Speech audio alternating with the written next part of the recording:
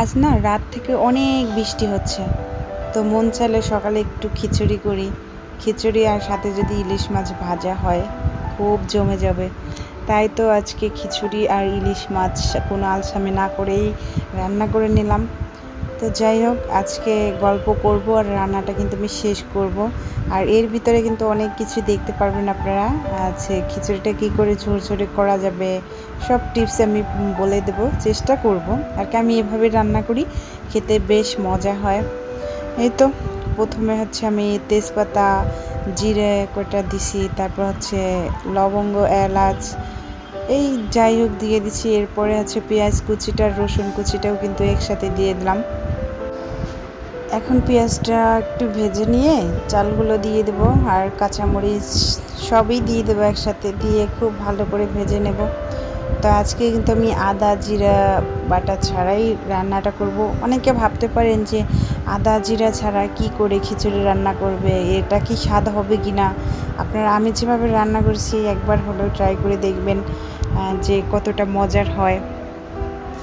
আর ঝরঝরে খিচুড়ি বানানোর একটা টিপস হচ্ছে, আপনারা চালগুলো হচ্ছে চাল আর ডালটা ওই তেল মশলার সাথে পেঁয়াজের সাথে সব খুব ভালো করে কিন্তু ভেজে নিতে হবে, ঠিক আছে। এটা কিন্তু খুব গুরুত্বপূর্ণ একটা টিপস।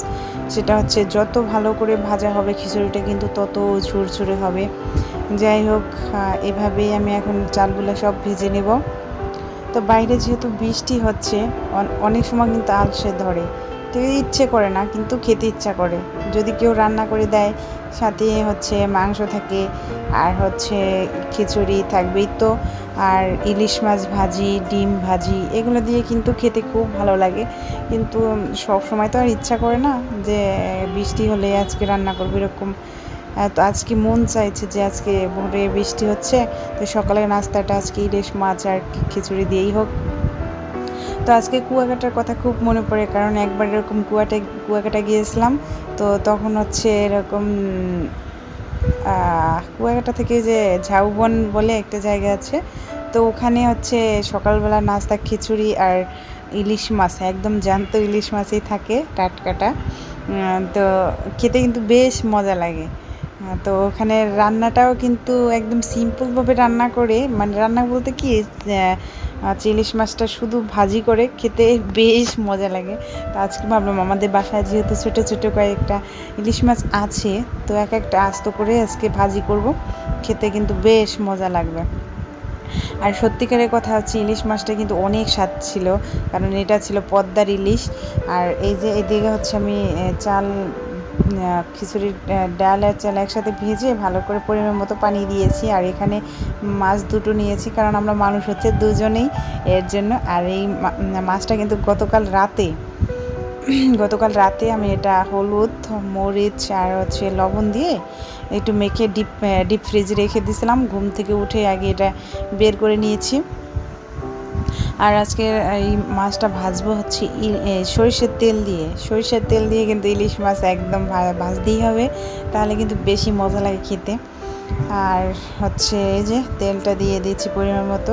এখন মাছটা কিন্তু ভেজে নেব। দেখুন মাছটা কিন্তু শক্ত, অনেক শক্ত, আপনারা বুঝতে পারছেন কিনা যায় না। মাছটা কিন্তু বেশ শক্ত, দেখুন বাঁকা হয়ে রয়েছে। তো যাই হোক, এরকম আস্তে আস্তে করে জাল দেবো, কারণ কি আস্তে জাল না দিলে পুড়ে যাবে, আর মাছটা কিন্তু ভাজা হবে না ভালো করে, খেতে ভালো লাগবে না। এর জন্য কিন্তু মাছটা আমি হালকা হিটে ভাজতেছি। আর এদিকে একটু খুলে দেখলাম মাঝে যে কী অবস্থা খিচুড়ির। তো দেখলাম পানিটা কিছুটা কমে গেছে। তো এখন ঢেকে আবার কিছু সময় জাল করে নেব। আর জালটা কিন্তু একদম লো হিটেই দিয়ে রেখেছি। আর এদিকেও মাছটা ভাজা হয়ে গেছে। এই তো একটু পরে মাছটা নামিয়ে নিব। দেখুন মাছটা খেতে কি মজা, যে খেতে ইচ্ছা করে কিনা, যদি কেউ খেতে ইচ্ছা করে কমেন্ট বক্সে জানাবেন। তার এদিকে দেখুন এই যে খিচুড়িটা একটু নরম হয়েছে, বলতে কি আর একটু সময় রাখবো, আর 2-3 মিনিট হচ্ছে চুলার পর থাকলে এটা একদম ঝরঝরে হয়ে যাবে। এই যে দেখুন খিচুড়িটা ফাইনাল লুক করেছি। তো কেমন লাগলো ভিডিওটা কমেন্টস বক্সে জানিয়ে দেবেন, লাইক কমেন্ট শেয়ার করে দেবেন। ভালো থাকেন সবাই, টাটা।